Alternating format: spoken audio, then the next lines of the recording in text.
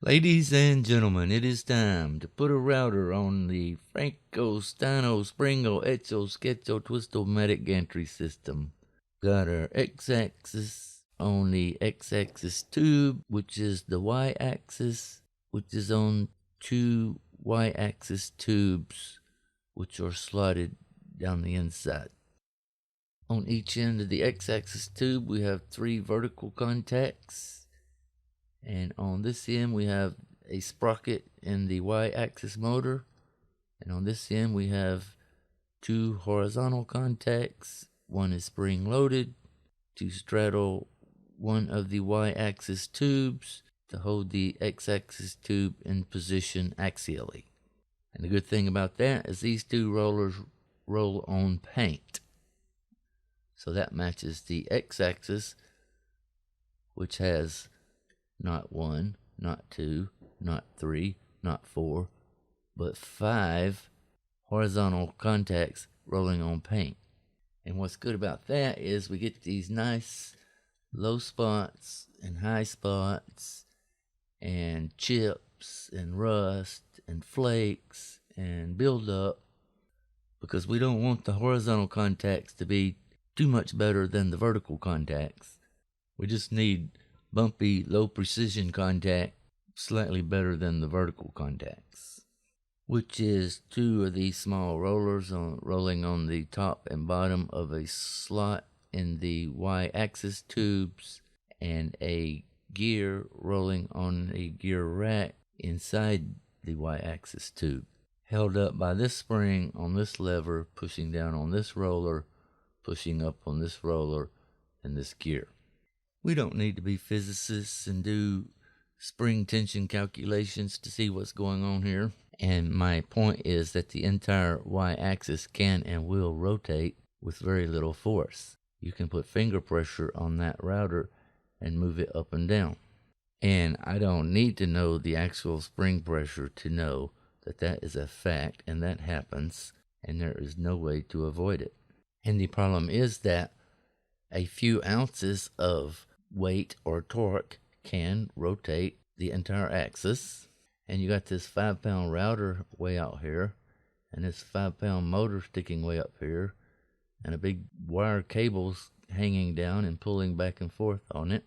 As the y-axis accelerates to move back and forth, you get a lot more than a few ounces of torque rotating this entire assembly. And this bit is way out here from this center line.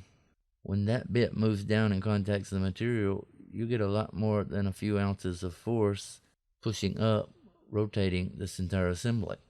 Because this is like a big pry bar, and this is all a very flexible assembly.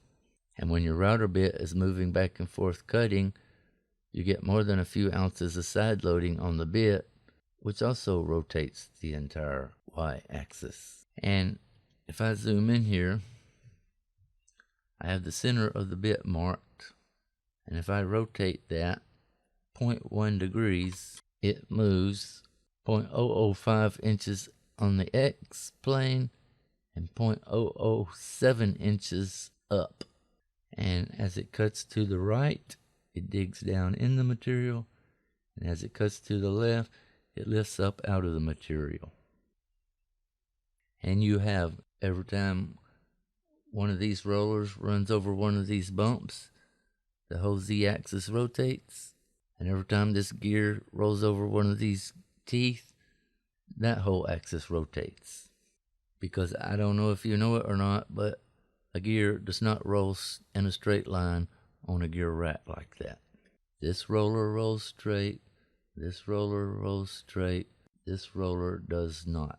And this mega machine is rolling on that gear rack, and the x-axis is rolling on this gear on this rack. And when it moves, you can hear the gears grinding and you can feel it vibrating. And it actually is oscillating up and down and in and out the whole time. And this bit is moving up and down and back and forth. So you cannot get a smooth finish, and you always get repeatable imperfections in the finish everywhere there is an imperfection in those contact points. And you cannot make smooth cuts. And what's much worse than that is that the whole thing is so flexible and it moves so much that you cannot make accurate cuts. Even if you take shallow baby cuts with a baby bit, you cannot keep the y-axis from rotating. So along the x-axis, you cannot make accurate cuts. Along the y-axis, you can make more accurate cuts, but you're still getting roughly the same amount of flexing and depth variation, but that rotation is mainly perpendicular to the x-axis up and down in this picture, and not so much side to side. And I'm not saying you can't route with it, because I've routed quite a bit with it, but I am saying that it is very difficult and very limited and not very good for routing. It works much better for plasma cutting. All I really want to route with it is parts for another machine, more like a router should be. No springs, no thin wall tubing, and definitely not rolling on paint. Because if you want a router bit to cut right, you can't have it moving around and rotating, and you need to be able to hold your accuracy with a lot more than a few ounces of pressure. That's my opinion. This type of gantry is not good for routing, especially if you're using the OEM Z-axis, because these V-rollers have several thousandths of run out, which will add several thousandths more movement in your bit. I use my hand to press on this motor to rotate the whole Z-axis, and then I use my hand to press on the Y-axis motor, which rotated the entire Y-axis up and down, and then I just ran the bit down and made contact, and it rotated everything as much as I did with my hand, and it didn't even break the little scrawny 1/8 inch bit. And that just shows how flexible the whole thing is. So that's all for now. Hit like and subscribe. I'll see you next time.